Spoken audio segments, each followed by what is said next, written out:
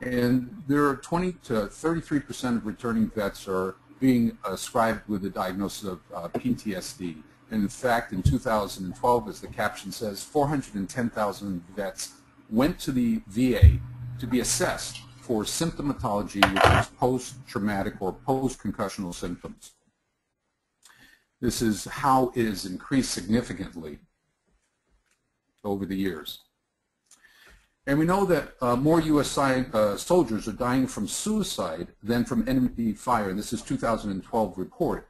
In just the first 155 days of 2012, 154 soldiers were killed from suicide and 139 from battle.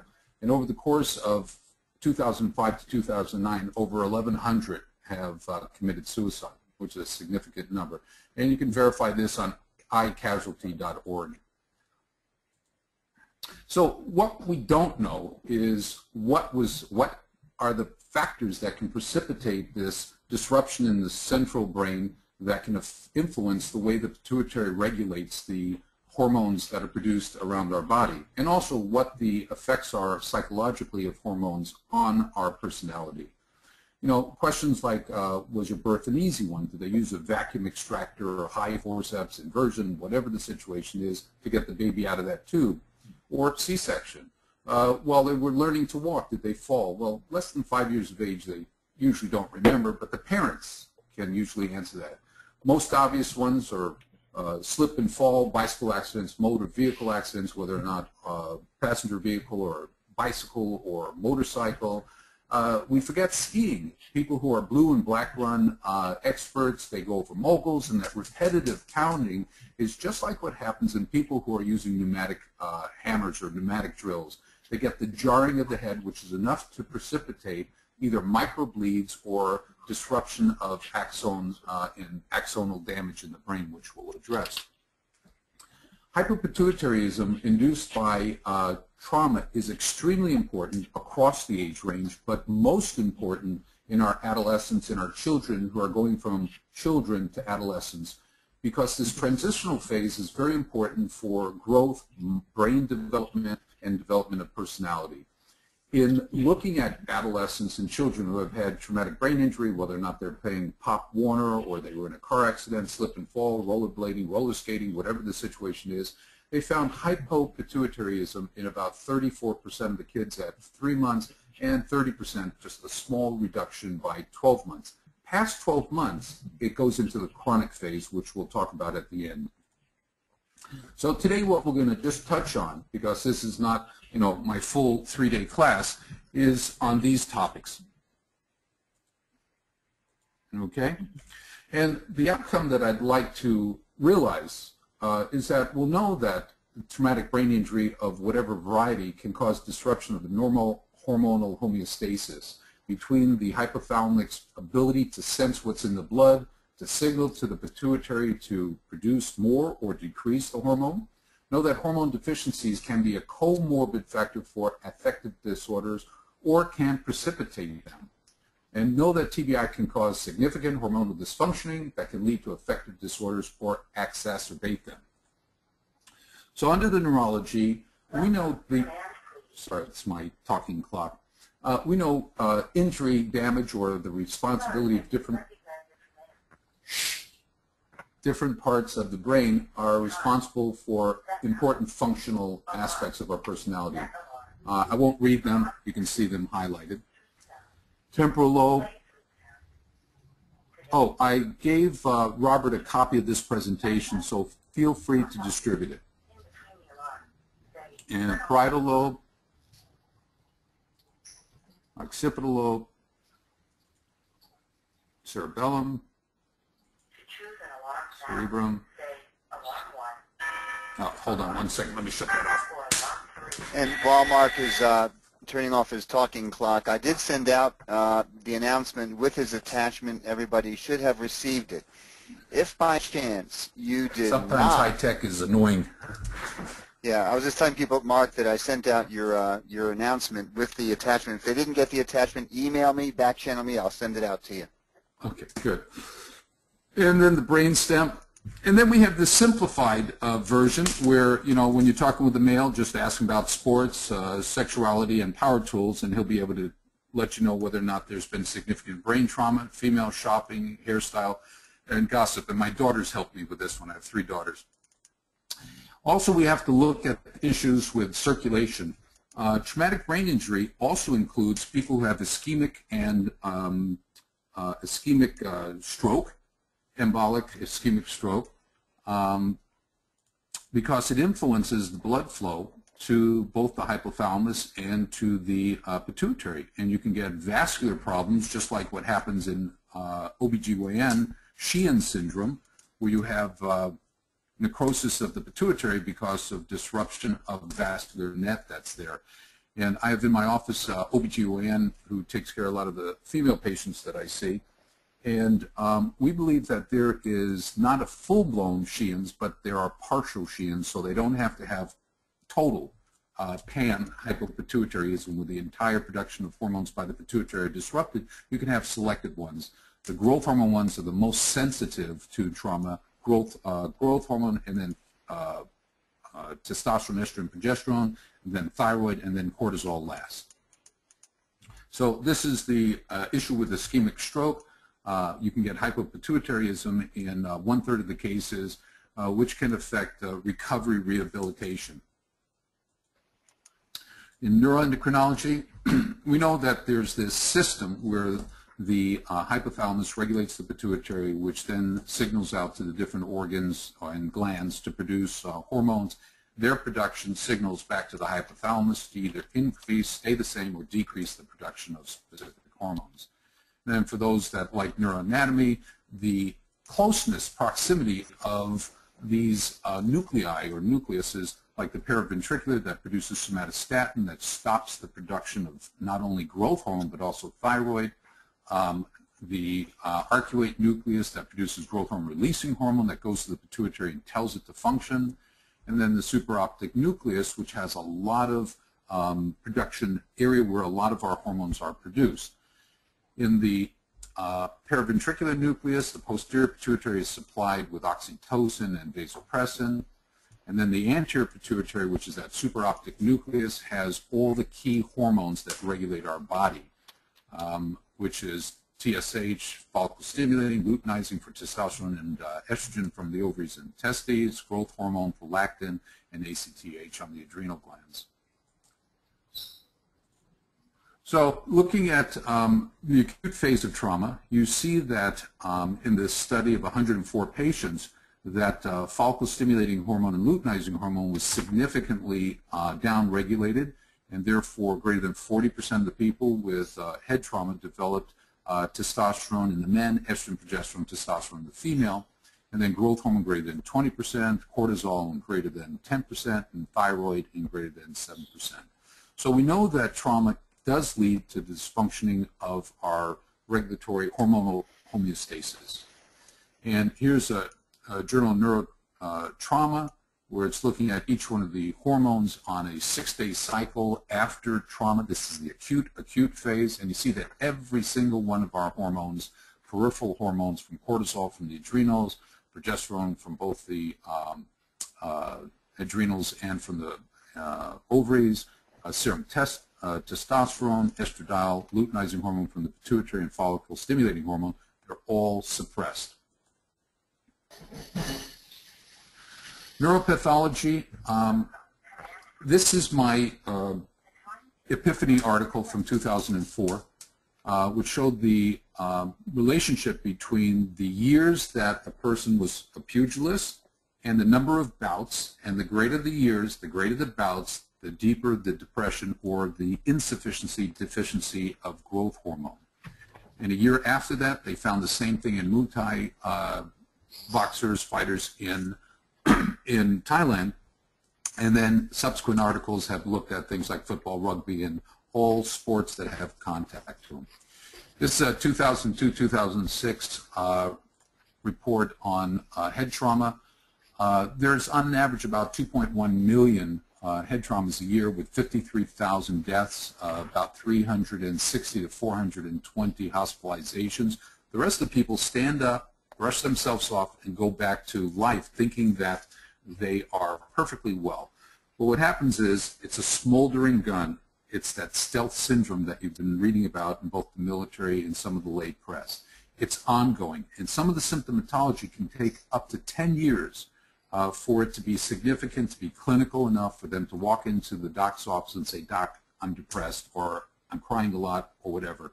They never go back to look at their history of head trauma, whichever variety it might be, to correlate the two. They're immediately put on to some form of pharmacopedia and, ignored the head trauma. They estimate there's 4.5 to 7 million people walking around with significant head trauma. That number is now changed to about 10 million, and the reason why it's underestimated is because of these people who stand up and walk, go home and just deal with it at home. So we lose stats. Classification of TBI, mild, moderate, and severe. 85% of it is in the mild category, which is Glasgow Coma score of 13 to 15. I'd say that 90% of the people I see have a 15 without any loss of consciousness, without any post-traumatic amnesia. Moderate, 9 to 12, severe, 3 to 8. The people that I see in the office are the spectrum, even though 90% are in the 15, the spectrum that I'll see is from 10 to 15. They respond the best. Anyway, traumatic brain injury is subdivided into two phases. The phase one, which is actually the physical contact, the physical damage that happens to the brain, which can also be ionizing radiation. They found that those innocuous x-rays at the dentist, or the ones that we do with CT or plain x-rays of the brain, are associated with damage to the hypothalamus. The pituitary is more resistant to ionizing radiation, and the hypothalamus, the regulatory mechanism, is sensitive. Phase two is after the initial impact is dealt with. There's this indolent phase, which are all the inflammatory processes that we'll just touch on a little later that create the progressive damage to the brain. And it seems that the thalamus, the hypothalamus, the frontal lobes are selectively damaged by this chemistry that is produced. So in the initial phase, there are initial physical traumas. This is an array of some of those overt kind of traumas. Projectile, penetrating or non-penetrating, motor vehicle, boxing, rugby, slip and falls, blunt trauma, shaken children, the coup counter coup. I had a case where a gentleman was awarded a large sum of money for having been rear-ended at an estimated 5 to 7 miles an hour, and he was found to have hormonal dysfunctioning because of that. And some of the non-physical traumas in the initial phase: chemotherapy. You've heard of chemo brain. Well, chemo brain is because it disrupts the communication between the hypothalamus and the pituitary. It creates inflammation. That inflammation is phase two, really, but it has damage and then phase two. Toxins in the air and water, which are things that we talked about before this presentation with the heavy metals. And then there's the secondary phase. This is the small presentation of all the biochemistry that goes on, but in the insidious or the stealth phase, what happens is there's damage to the cells, so that apoptosis, which is programmed cell death, the cells start dying. And as you get more and more cells dying, you get tissue dying. And that's what leads to the progressive dysfunctioning. And we found a whole bunch of markers that can indicate that the degree of head trauma was significant. Caspase is a group of chemicals that are called the messengers of death. Calpain causes the cells to collapse on themselves, because without calpain, the cell structure, the supports for the cell structure are present. Calpain destroys that. And the focal damage in the thalamus and hypothalamus. The hypothalamus is very important for regulation of hormones. And this is a little bit more advanced stuff. It's just a very intricate, it's just a sexy system our body has to protect us. Neuroradiology, how do we go and assess things? Well, at the beginning of head trauma, regardless, CT scan seems to be the most accurate for determining whether or not subdural hematoma, bleeding. MRI, subsequent to that, to look at axonal damage because there's little punctate calcifications that occur. DTI is diffusion tension imaging. It's a form of MRI. They also call it tractology. I'll show you examples of this really neat technology. And then you can have what's being used a lot, functional MRI, so you can see areas of the brain that have lost their normal blood flow. fMRI looks at red blood cells and their flow. And, you know, plain radiology or rankograms have their use in looking at foreign objects. This was a contractor who wasn't faithful to his wife, and his wife, unfortunately, knew how to use the nail gun. So this is, you know, a basic study, basic results due to basic emotions. No question. This is the CT scan looking at subdural hematoma and then basilar skull fracture, which is frequently missed if you do just plain radiology. You need to do a CT scan. This is diffuse axonal injury that's picked up by the MRI, and you can see these little areas here. And this is a MRI which has a 1.5 Tesla coil or a 3.0. The previous ones, which were 1 Tesla or less, missed these because they didn't have the resolution, the pixel strength, to find these little areas of punctate lesions. In my brain, I've got 3 or 4 of these little areas from my head traumas. A study came out looking at this relationship of MRI of 1.5 and 3.0, and they looked and did a survey on 100 non-combatants that came into emergency room and had an MRI done. They found overall 76% of them had MRI findings that are attributable to the form of TBI that they had. Now, traditionally, we've perceived that all the damage to our hormones are due to pituitary gland atrophy secondary to the head trauma. It's only 14%. It's everything else that's going on in the brain. Diffuse axonal injury is unique in the fact that it's associated with loss of consciousness. In order for us to have loss of consciousness, there has to be diffuse axonal injury, interruption. The wires are cut, the power is shut off, you're out. And then the hippocampal atrophy, and almost 60%, is important because the hippocampus is where both growth hormone and testosterone function to improve our memory, recall, and the ability to learn new things. Since I was put onto hormonal replacement, I've now learned 6 additional languages. Not all so great, but at least I'm able to get in trouble. This is an example of a SPECT scan. Left side, you can see the normal, smooth confluence of the hemispheres because the blood flow is homogeneous throughout. And on the right side, the abnormal, where there's filling defects because the blood supply either is attenuated or disrupted. Attenuated because of these inflammatory chemicals that were on 2 of these slides in the past cause the vascular flow to diminish. Also, estradiol is extremely important for a chemical production of a chemical called nitric oxide. Nitric oxide is responsible for maintaining blood flow in the brain, as well as estradiol is important for the microglias, which are the white blood cells of the brain. Also, estradiol stimulates growth hormone production. Oops. Okay, this is diffusion tension imaging, which is also called tractograms.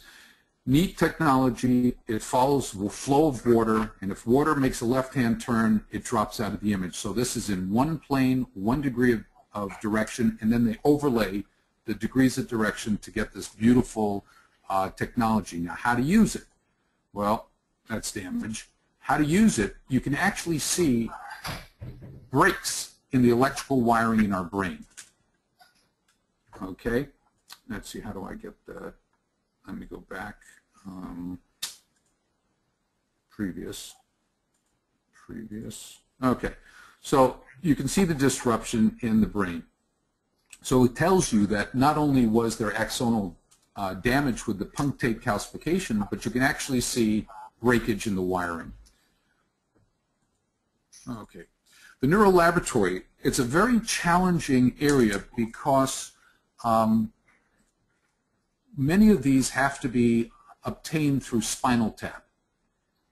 They're working on having peripheral testing. The asterisk one, which is S100B, they can do through spinal tap, and they're working on one through blood, but it only lasts for about 48 to 72 hours in the blood. And it's the magnitude that is relative to the degree of damage in the brain. Recently, UCLA talked about their cleaved tau protein. Tau proteins are involved in Alzheimer's disease. It's disruption of the microtubules, again indicating that there is damage to the axons. This is the article that came out of UCLA with Dr. Gary Small. They have a marker and they can pick it up. So in people with TBI, you can see the damage a little bit earlier, but you don't know, you might catch it early, you don't know where it goes in a month, 3 months, or 6 months. Then there's the neuroendocrine system, which is what I focus on mostly, and we look at the central hormone production relative to the peripheral. And a disruption in central and peripheral is because of central. You can actually tell whether or not the testicles or the ovaries are failing hormone production, as opposed to it being the failure of the signal from the brain going to the ovaries or testes, telling it to make the appropriate hormones. So what I use is a neuroendocrine approach, and it's a larger panel and a little bit more involved here than what's shown here. And it basically correlates central to peripheral. And when you see the disruption, it's very clear what needs to be replaced or replenished. So it's the hypothalamic pituitary axis that we're going after. So the TBI and impact on central hormone production or disruption. This is a study that came out about 5 years ago showing luteinizing hormone in 606 patients. There was a 53% acute drop-off in luteinizing hormone, no testosterone, follicle stimulating hormone, and growth hormone deficiency in 611 of about 13%. And as we know, growth hormone is extremely important for cognition through the hippocampus, as well as articles coming out about personality, depression, anxiety being increased with growth hormone deficiency. It's the growth hormone deficiency is the first and most common sign of pituitary impairment, and its importance on regeneration of cells, on ribosomal protein synthesis, is so important that we can get not only psychological, physiological, but physical impact and effects of deficiency.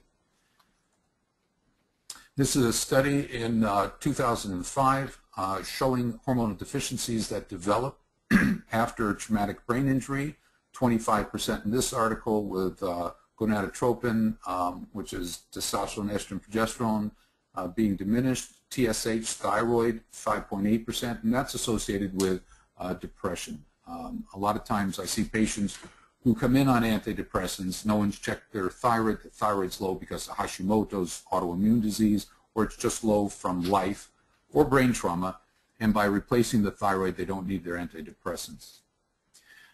This is growth hormone and functioning in the brain, growth hormone, a study on growth hormone and also IGF-1, which is insulin-like growth factor, which is the insulin-like because it increases the sugar utilization and absorption in the brain. And as we know, the brain runs on sugar.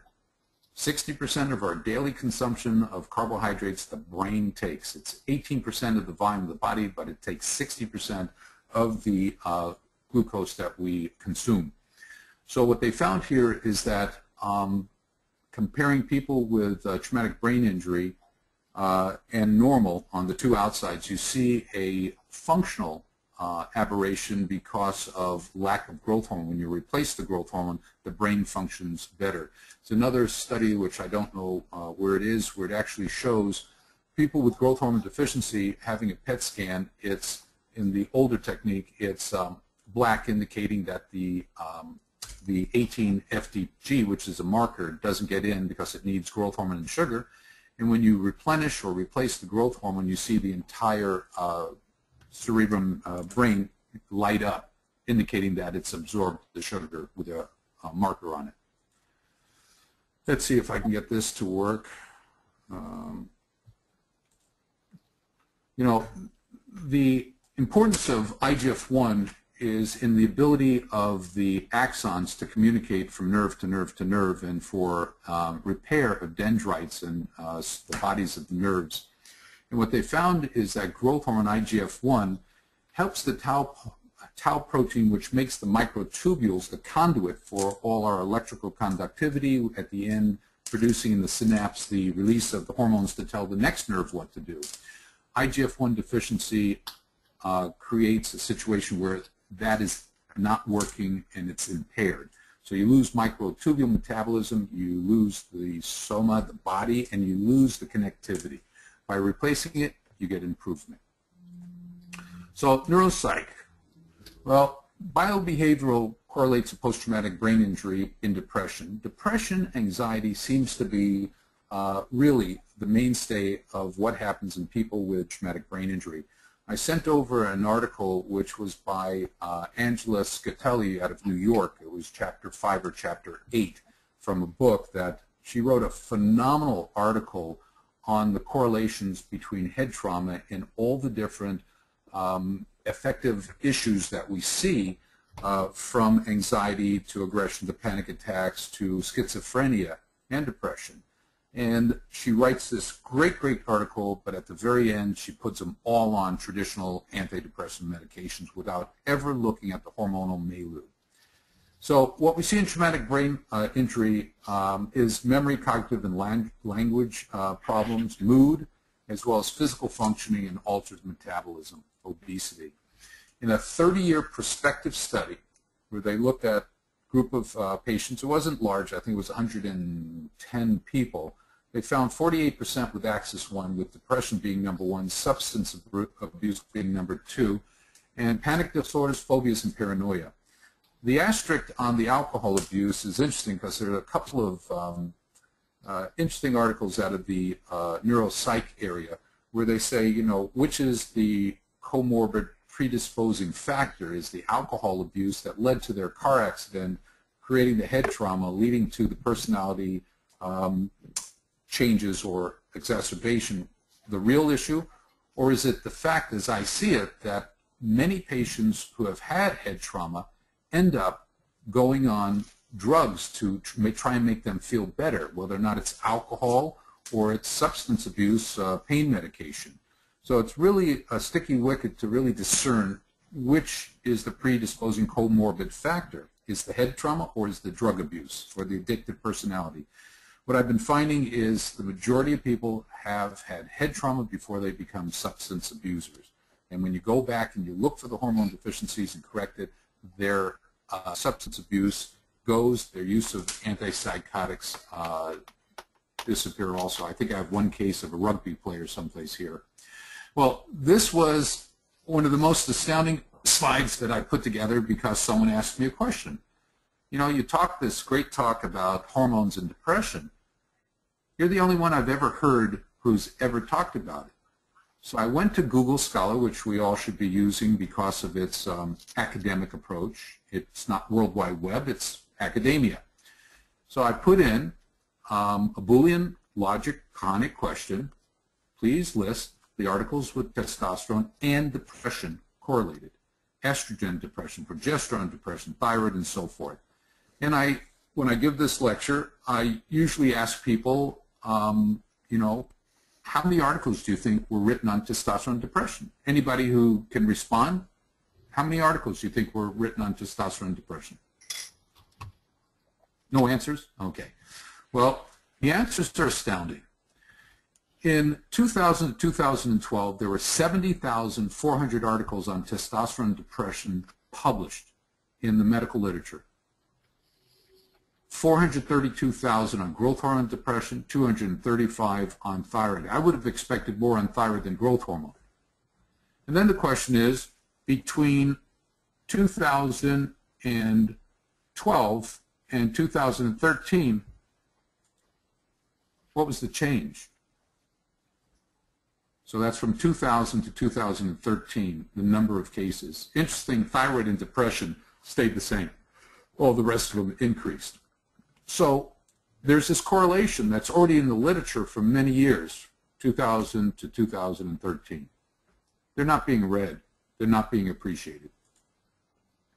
So the question is, do you think, based on these numbers, that there might be an association between hormones and affective disorder? That's misspelled. Looking at testosterone and the amygdala, young women have a great activity in the amygdala, how we interact with the outside world, how we respond to it.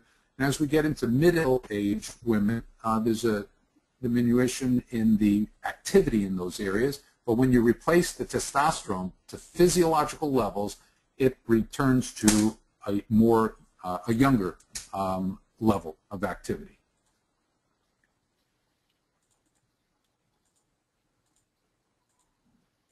Okay.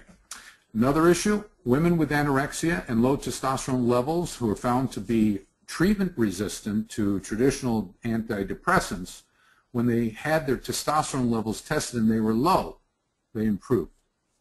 They found that testosterone affects cerebral metabolism, increase in the posterior cingulate, subgenuate, premotor, right caudate, and parietal lobes. And in fact, I didn't have on here the studies that were done on ADD, ADHD, that you can get an improvement in their medication control of their hyperactivity syndromes by checking their testosterone and replenishing it. Androgen's effect on cognitive function. It was thought that it only affected the brain during development. And we know that it helps with synapses. But what we found is that, or what has been found, I didn't find anything except the articles, is that the ongoing effect in the mature brain. This was in a book by Ronald Swerdloff, who's at UCLA. He's the head of endocrinology at Harvard General UCLA. Treatment-resistant depression, very common. This is just 6 of thousands of articles on treatment-resistant depression and anxiety and anorexia nervosa and ADD. And the reason is what testosterone does in the brain. You know, we think of all our sex hormones, I'll say, or reproductive hormones in just those terms. Well, I have a collection of almost 6,000 articles talking about these hormones and their effect outside of sexuality. And what testosterone does is when it gets into the brain, it converts to dihydrotestosterone, which becomes 3-alpha-androstenedione, and then adenyl cyclase. Adenyl cyclase is a very potent stimulant of the brain, and it seems to be regulating a lot of the factors that we call personality, mood, and when we use drugs like finasteride and durastride, which are the blockers of DHT, we get depression. I have a number of patients who have depression, and they're not on anything other than this finasteride, Proscar, Propecia, and Avodart. And there are articles, there are lawsuits, if you look in the Wall Street Journal, lawsuits because DHT is very important for heart function, also cognitive ability depression. A lot of depression and suicides associated with the use of this product. Mild hypogonadal men, this was a 2003 report from Washington Medical School.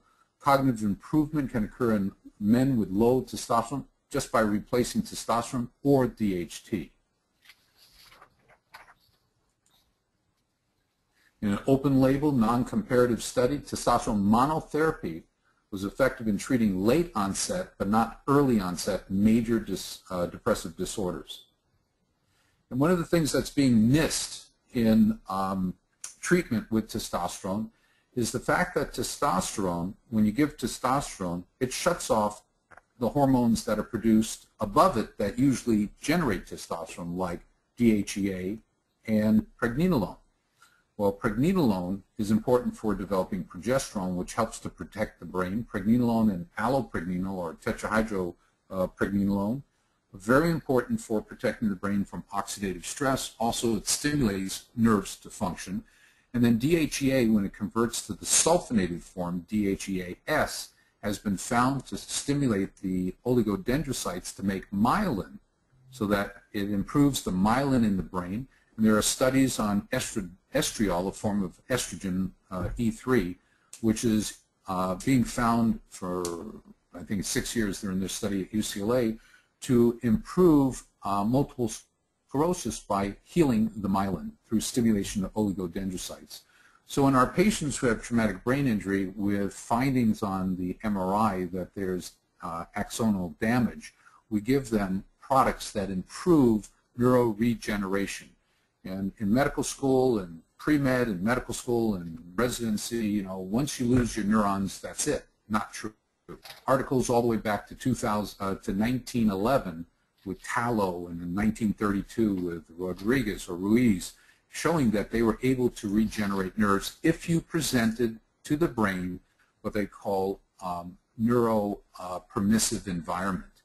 Neuropermissive environment. It's an article I'm writing now showing what you can do based on the literature that's already been out there for 100+ years. So the correlation between peak and mean testosterone concentration and ham depression scores so that those with the lowest amount of testosterone had the greatest amount of depression, as well as they needed greater amounts of treatment to improve their depression because of depression resistance.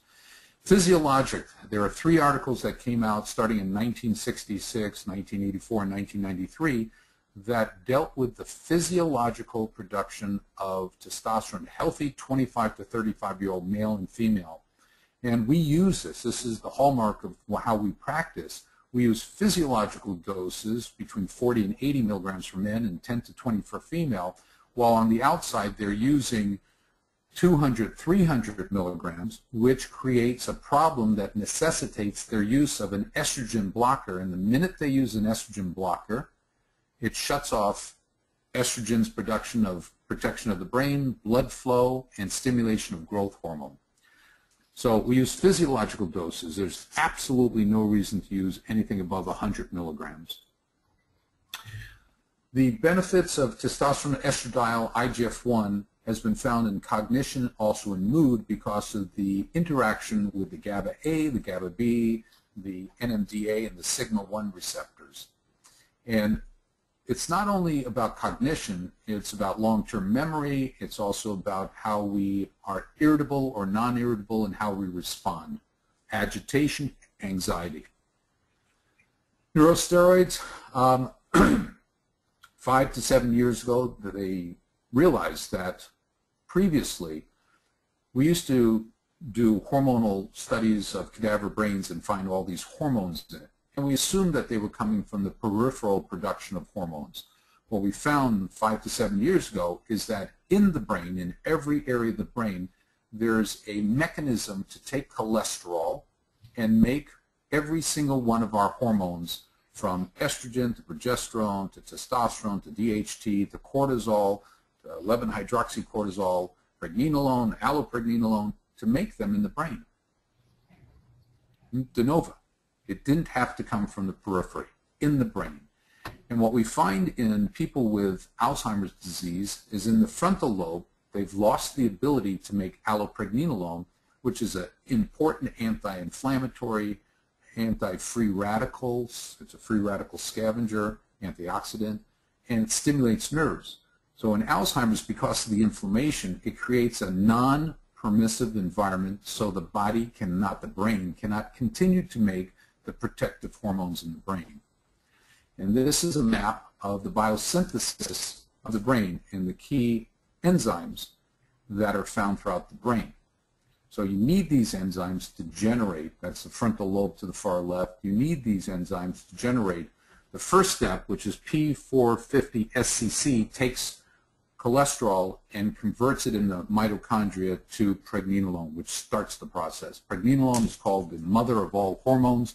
Cholesterol I call the father of all hormones, which brings up the issue. People who are on statin drugs, if you have patients with personality issues, affective disorders, look and see if they're on statin drugs, because what happens is statin drugs interrupt the entire production of all these hormones. Cholesterol to pregnenolone interrupted, so you get no cortisol, no pregnenolone, no progesterone, no DHEA, no testosterone, no estradiol, nothing. Cut off. I've had patients who have come in with, in their 30s and 40s and 50s really, who had all their hormones depressed and they were on a huge amount of statin for no reason. Took them off the statins. 3 to 4 months later, their natural levels returned. I don't believe in cholesterol, which is another lecture at another time. So the involvement of neuroactive steroids on depression syndrome, anxiety disorders, stress responses to different stress stimulants and memory processes are related to behavioral aspects or effects of non-steroidal, of the NAS, the neuroactive steroids. GABA receptors, glycine-activated channels, nicotine, everything that deals with how we interact, how we respond and interact to the outside world are all based on the modification of nerve impulses by these neuroactive steroids, neuromodulating. Both preclinical and clinical studies have shown that neurosteroids balanced alters depression and anxiety, and antidepressants may act in part through restoring neurosteroid balance. So they're now looking at the effect of these antidepressants on the brain. And what I've been seeing for the past 10 years, or now 2001 to now, is patients who come in on a different array of antipsychotics, antidepressants, whatever the medication, neuroleptic medication, that it influences their hormones. I had someone come in bipolar with heavy depression on 4 or 5 medications, and their entire hormonal production was just out of whack. High levels of growth hormone, high levels of thyroid stimulating hormone, and so these medications are affecting the brain, and it's very few and rare to find an article that will comment on it. But in our office, we're keeping... Basically, if I'm understanding, Mark, then basically those medications are acting as stimulants to the brain. Correct. And they're causing it to overproduce, putting people in potential states, at least from what we understand from neurofeedback, in a fast place where the beta could be high, or it's going to be stressed because they've got too much fast wave activity. Correct. And that's what I'm seeing. I mean, some of the patients are on which corresponds with what I'm finding in the hair mineral analysis, because when they're taking these medications, then they become fast oxidizers. And so all their basic minerals are off the chart high. Okay. Do you know the relationship between zinc and Alzheimer's and copper? Yes. Okay. Yeah. Oh, yeah. It's a major problem. It's a major problem. It's being missed out there. Alzheimer's, cancer, and infection are all due to a deficiency of zinc, but they're finding a high amount of aluminum in the brains of Alzheimer's patients. The question is why? And the reason why is because in zinc deficiency, the brain accumulates aluminum. But the other thing that also I'm finding is there's a lot of unavailable copper, and I see this on hair analysis after hair analysis after hair analysis. Either there's not enough copper or it's biounavailable. And if it's biounavailable, even if it's high, it's still an indication that there's not enough. So that zinc-copper ratio gets totally out of balance. Right. And in looking at the zinc-copper ratio, you then have to throw in the aluminum if you're dealing with dementia or cognitive impairment, dementia, Alzheimer's. So it's a point that is missed, as you're finding, as you know, it's missed. And that's the other thing I'm seeing consistently on hair analysis, which is the aluminum on almost everyone is quite elevated, which means they've got to be low in bioavailable zinc, because if the zinc isn't there, then they're going to start accumulating the aluminum, which is going to start affecting the neuronal, synapse activity throughout the whole brain. And you do a royal blue tube for zinc, which gives you your intracellular zinc level, and that's the only way to do it, to determine whether or not there's bioavailable zinc in the system. And for daily, you need to give 4 milligrams of copper to offset the side effects of zinc. I use 100 to 180 milligrams of zinc in my practice for the reason of, one, it's a natural estrogen blocker. It stops the conversion of testosterone to estrogen at estradiol synthetase. It increases P53, which is the strongest anti-cancer product in our cells, and it's failing because number one, if you go to CDC, NIH, and the WHO, you look at their take on zinc, it's the number one mineral deficiency worldwide. Why are we having so much Alzheimer's? It's because zinc deficiency increases aluminum and creates this process of a tau protein breakdown, and there's an enzyme, 3 enzymes called secretases, alpha, beta, and gamma. Alpha, beta, and gamma. Alpha and gamma cleave the APP, which is the Alzheimer's precursor protein, into alpha amylase. The beta and gamma cleave the APP into beta amyloid. As we know, beta amyloid causes Alzheimer's disease. So the question is, why isn't alpha secretase and gamma secretase cleaving the APP to make more of the inert, inactive, non-inflammatory alpha amylase? And the reason is because only one of them is zinc dependent, and that's the alpha secretase. So if you're zinc deficient, you're going to preference the production of beta amyloid and get dementia and Alzheimer's disease. The second issue is what clears the amyloids from the brain is a chemical called neprilysin, which is regulated by good levels of estradiol, good levels of growth hormone, great levels of testosterone. Dr. C.J. Pike wrote 278 articles. He's at USC, where I've been for the past 14 years. He's written 278 articles on androgens and Alzheimer's disease. So the importance of testosterone, I can't understress. Okay? Well, the only thing I would say, though, Mark, about the zinc, because I understand where you're coming from. However, well, first of all, when you do the hair analysis, one thing I find is I can tell how the cells are managing zinc, because that shows up clearly there. The second is that if people just take zinc, but their sodium-potassium ratio is low, then it will drive that down further and often create more imbalance. So I find one has to be very careful with that. Yeah, well, over the past 14 years that we monitor, I do blood tests 1 month, 3 months, 1 month, 2 months, 3 months, 6 months, 12 months, and monitor this stuff during the first year, and then every 6 months we get analyses done. So we monitor, the entire chemistry, from the electrolytes to the kidney functions to the cholesterol to the trace minerals. We monitor that, so we watch the patterns. The sodium-potassium issue, only in my diabetics do I have a problem with potassium. Otherwise, there's really no issue. This is the neurosteroid and its effect on the GABA-A and the NMDA sites. Okay, so there are specific receptors for zinc and as well as for magnesium and calcium, which regulate the electrical conductivity due to the chlorine-potassium pumps that happen. And fluoxetine is Paxil. And these things simulate GABA. So the patient with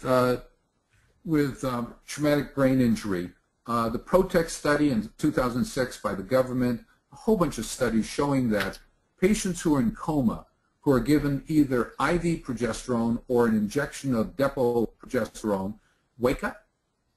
And it decreases mortality by 50%, but it doesn't change their neurological outcome. It doesn't improve the brain functioning. More needs to be done. So in patients with TBI or post-traumatic stress disorder or hypopituitarism, they all have the same symptomatology. Fatigue, 100% of the patients, excessive sleepiness, and so forth. And one of the interesting issues with this fatigue, and someone had brought up about the importance of the hypothalamus and damage to the hypothalamus, we found a chemical which is called hypocretin or orin, which is, when it's deficient, it causes narcolepsy. And when you have partial decrease of it, you get chronic fatigue. So these are the key factors that I see in patients who have hormonal deficiency after TBI and are on antidepressants. And even though they're on antidepressants, they're still depressed because the underlying issue hasn't been addressed. And this is the loss of hypocretin or orexin. It's produced by select specific neurons within the hypothalamus that create this up-stimulating chemical. In 2009, this saved my keister on a medical legal case where this is the American Academy of Clinical Endocrinologists who published this thesis showing that decrease in growth hormone increases 9 factors of heart attack. So the importance of replacing hormones not only in the brain is on the heart. Helps with the heart to regenerate. Double-blind, this is DHEA, double-blind crossover study of 30 subjects, 40 to 70, given 50 milligrams, showed that in 3 months, 67% of the men and 84% of the women reported an increase in physical and psychological well-being, sense of well-being, assertiveness, confidence, calm, decrease in anxiety, all improved, or these were the improvements they had in 3 months on the use of DHEA. We use 25 milligrams with pregnenolone, which forces DHEA down its pathway, and DHEA forces pregnenolone down its pathway to benefit the brain, and cortisol. This is a study on elderly, 60 to 70 and 70 to 80, where it talks about 30% of the men in the 60 to 70 group had testosterone deficiency, and it's free testosterone that's the key. Everybody's doing total testosterone. What is total testosterone? It's like total cholesterol. Total cholesterol is worthless. You need to fractionate it. Total testosterone is worthless. It needs to be fractionated. And it's the the free testosterone that gets into the cells to be converted to what it can do to the body. So things like topical testosterone, the creams and so forth, the androgels, the new one, Axion, under the armpit, 70% of it, excuse me, let's shut this off, 70% of it converts to DHT, which doesn't get into the cells, so you lose 70% of your testosterone to a chemical that causes hair loss, acne, oily skin, testicular atrophy, and prostate enlargement. Injectable testosterone is the key, and then a new product coming out called Testosome, which is sublingual testosterone. 11 milligrams equates to 50 milligrams of injectable testosterone. Gets absorbed in the brain, phenomenal response. The importance of thyroid. The importance of doing an adequate thyroid test is because in order to heal an injured, damaged brain, you need to have stem cells. Well, they found that oligodendrocytic precursor cells, the oligodendrocytes, are the cells that make myelin, that create the nodes of Ranvier, that helps with electrical conduction. They found that as T3 drops, these precursor cells, which are stem cells that produce growth factors and cytokine, they convert to their end cell, which is the oligodendrocyte, and lose their ability to produce growth factors and cytokines. They make myelin, which is good. But if you want to repair a damaged brain, you need to have high quantity of growth factors. You can either inject growth hormone, IGF-1, which helps the brain, the neurons to repair, the tau protein, the microtubules to reestablish, the soma of the neurons to improve, along, with the testosterone's benefits, or you can help the body by enhancing the natural permissive environment by making sure their T3 is adequate. And rarely does anyone do a T3 or reverse T3 study. Reverse T3 at the University of Chicago for the past 10, 12 years is a byproduct of conversion of T4 to T3 with a little twist. If the body is under stress, high cortisol, low B12, low iron, low ferritin, instead of becoming functional T3, it becomes a non-functional blocking reverse T3. And we have a test that can test the T3, and then you correlate it through a little math problem, the total T3 to reverse T3, and the ratio should be greater than 1.06 in order for you to have adequate amount of T3 to affect the brain. I take pure T3 in the morning. I have thyroid deficiency. I take Armored Thyroid, which has both T4 and T3 in it. If your patients are on thyroid, Armored Thyroid, or your L-thyroxine with a supplement of 5 micrograms to 10 micrograms of Cytomel or T3 triiodothyronine will help them in this issue. Extremely important. Why is it that thyroid deficiency is associated with depression? Neurosteroid, progesterone, very important for the brain. Vitamin D. Vitamin D is no longer a vitamin. It's called a hormone. Vitamins are cofactors in biochemical processes, and hormones affect DNA. Well, they found vitamin D affects DNA. And 3 of the 9 factors of vitamin D are antidepressant, anti-dementia, anti-Alzheimer's disease. And it's all because it modifies these things in parentheses: tumor necrosis factor, interleukin 1,6, NBF, and P65, which kill cells. It leads to damage of the brain. So my patients are on 5,000 to 10,000 units of vitamin D a day. There's no direct toxicity of vitamin D. The toxicity of vitamin D is based on its ability to absorb from the gut calcium. Calcium hypercalcemia will cause nausea, vomiting, and irregular heart, and that's the problem. So we monitor vitamin D to calcium. We keep the calcium 10 or less. This is a patient. This is the guy who had 5 head traumas, 3 loss of consciousness, and 1 hospitalization playing rugby. He, between 25 and 36, ended up becoming alcoholic to treat how badly he felt. At 36, he crashed and burned, ended up in a psych institute where they ended up putting him on 3 antidepressants because 1 didn't hold him, and he was still depressed on 3 antidepressants. He came in, flew in from Boston. We did his labs when he was in Boston, so when he came in, we started treatment. We put him on to hormone replacement. He was selectively testosterone deficient. He was at 41, but had a level of 80-year-old male. And within 48 hours, he started feeling better.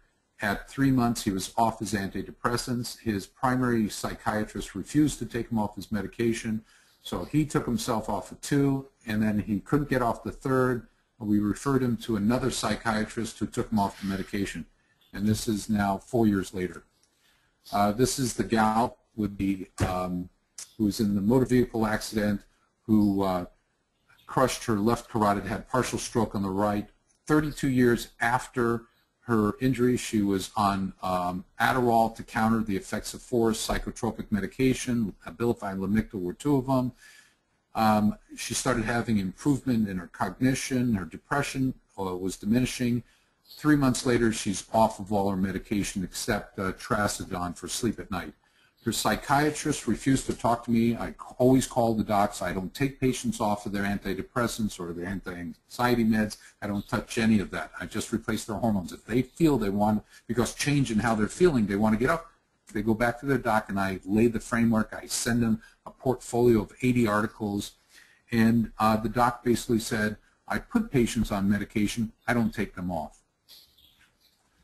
So benefits of healthy hormone levels: function in the hippocampus with memory, cognition, mental alertness, motivation, and work capacity improved. Higher IGF-1, cognitive performance, memory, recent and long-term, and the ability to learn new things. Testosterone infusion helps with coronary artery blood flow, so heart improves. You guys probably have been, guys and gals, have probably been seeing the articles saying that, oh, testosterone increases the occurrence of heart attack.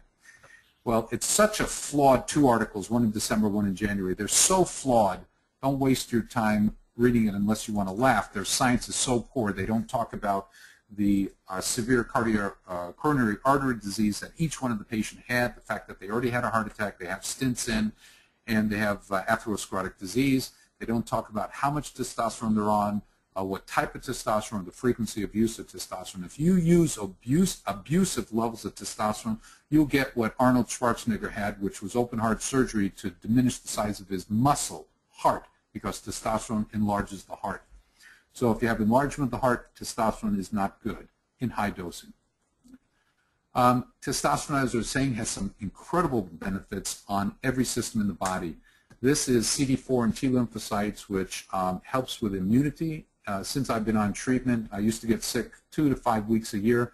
I've been sick 3 days in 17 years, 3 days. And most of the patients start recognizing that their allergies improve and their occurrence of infection decrease. If they get sick, it's a lot less time. article from Allergan, grant, Allergan to this Dr. Sullivan, talks about dry eye syndrome, which is an inflammatory disease of the lacrimal glands, is improving with the use of testosterone because it influences these inflammatory markers. Estradiol and brain.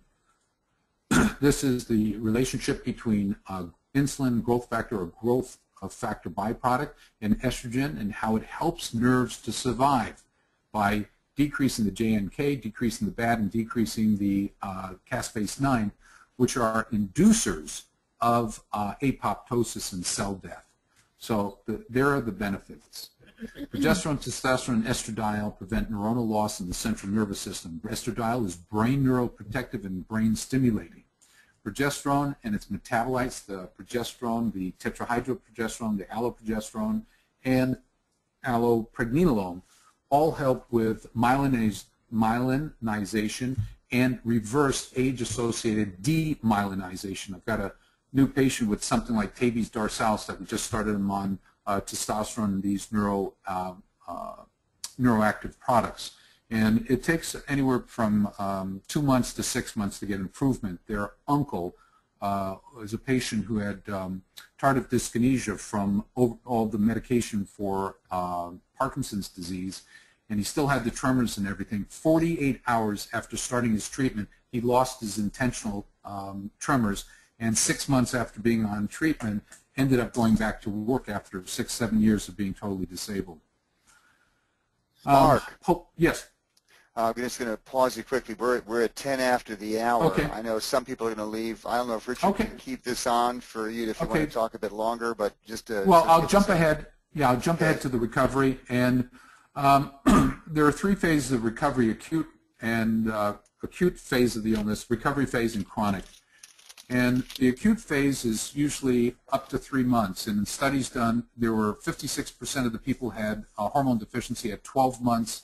They had 36%. So that recovery phase between 3 and 12 months is the recovery phase. So you don't know who's going to improve and who's not, but you need to hormonally check them. After 12 months, it's very rare to recover from the hormone deficiency in the anterior pituitary.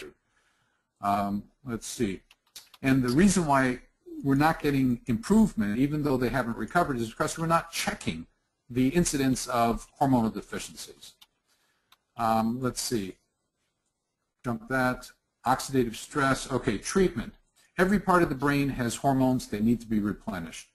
This is the pathway from cholesterol down all the hormones. And if you lose cholesterol, you lose all the hormones. Okay?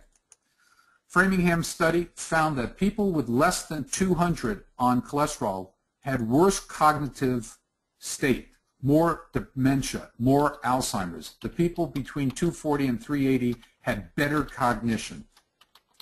So there's a primary hormone, supportive hormones, and supplements. These are the primary hormones. Replace all the ones that are deficient. Thyroid, as we talked about. That article's misplaced. Supportive hormones, the DHEA and pregnenolone. Always at night because it increases growth hormone production naturally. Using antioxidants from the neuroactive steroids, and using vitamin C, phosphatidylcholine, using IVs with glutathione, vitamin C separately, Myers cocktail. All these things are great.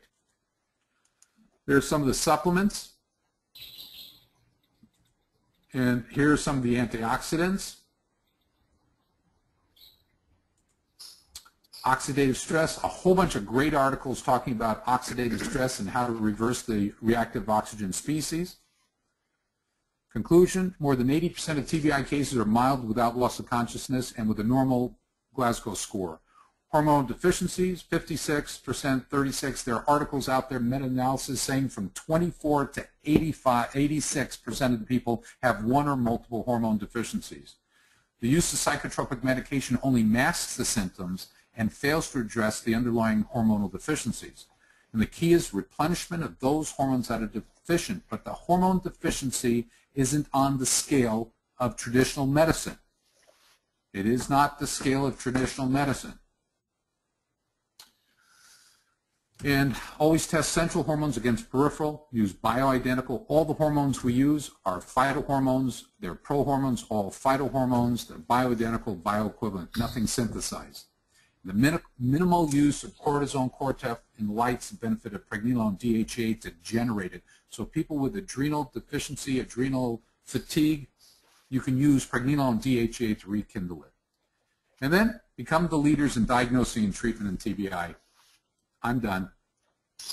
Mark, that's excellent. We'll have to plan on having you back because I know that's a very rushed version. The version of your presentation you sent me is so large because of the way it was sent that I can't pass it on to others. Can you save that in a PDF version for me and send it?